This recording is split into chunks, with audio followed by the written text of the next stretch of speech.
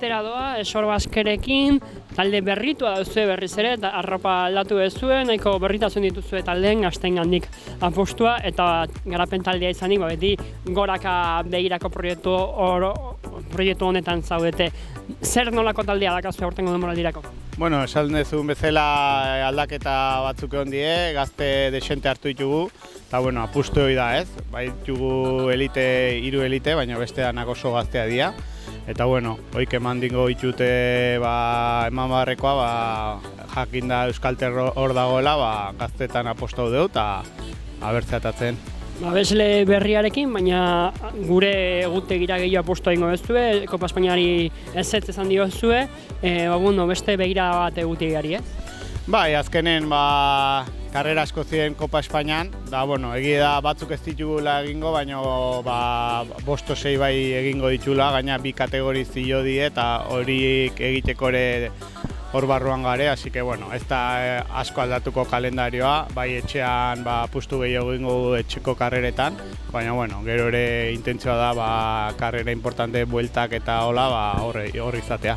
Danak Marko Martini begira gaude, seguro, bera profesionalitatik dator, eta berak beharko luke taldearen referentziaren puntu batean behintzat. Bai, azkenen oraindik oso gaztea da, ez? Ez ditu karrera asko korritu, baina bueno, bai eman bartzaio importantzia mutiko niz, eta bueno, ikusten da talentua handia daukala, eta bueno, beste bezala nik uste karrera onak izango ditula aprobetxatzeko, eta bueno, ikusiko dugu, noaino aiatzen den. Marko eta Zarago, zein begiratu behar digu taldean? Bueno, egia esan lehen urten salto politxe eman zuen, bai Marinek, Galdosek ere bai hor dagora ja, eta bueno, gero atzeti datozten Kepa, Otegi, mutiko oso handia dira, baina bueno, profesionaletako eitxura handia dutenak ere, eta ikusiko dugu progresioa nola juten den.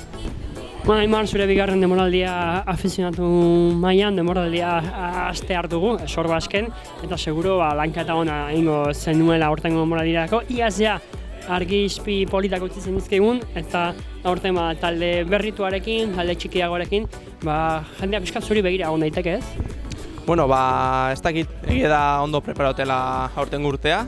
Bueno, nik uste talde guztiok badanok oso ondo preparatu gule hau, 2026 urtea. Eta hori, badanok gogotsu gauz, naiz eta gaur egunek ez akompainau, potzik demoraldi berria hasteko eta hori. Zen helburu pertsonak planteatzen dituz?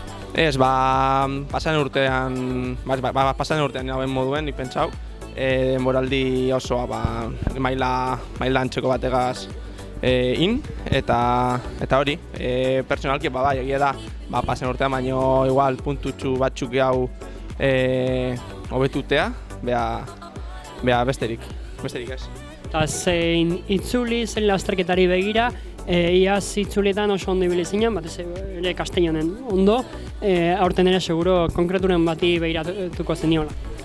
Printzipioz ez, egia da itzuliak direla helburuetako bat, bari guztoko jatzen atzera Kastia eta Leon korri dutea, azkenean lasterketa bat asko gustatu zitzaidan pasan urtean eta hori. Bueno, Kepa, denboraldi berri bat, bigarren urtea afizionatuetan, eta bada garaia, pausu bat emateko, lehenengo lasterketako Esorbasken aprobosak izan ditezke zuretzat, nola planteatzen duzu denboraldia?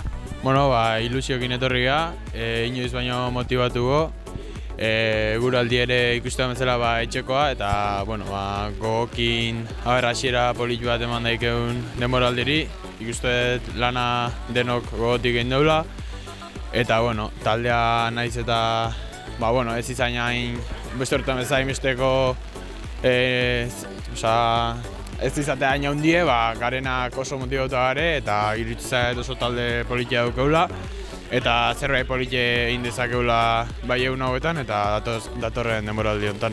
Zein helburu planteatzen dituzu? Lehenengo lasterketa hau pixkat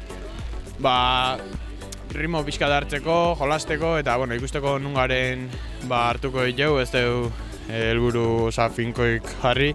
Ikusten zerbait politia egin daikela, baina ez da zerbait puntuala jarri hona helburu bezala lasterketa hauek, baina bai ondo hastea eta hankaunakin hasteek beti emateko konfiantza aurrerantzeako eta gehien bat esango nuen jolastea eta ikustea ekipok nola lan indon. Jarrera erasokorra eta jostari izan zenuen junior mailan, hori berriz ere bilatzen zaituko zara seguru. Bai, bueno, intentzioa hori da, azkenen juvenietan kosta bintzitzaigun baita gure puntuei bilatzea.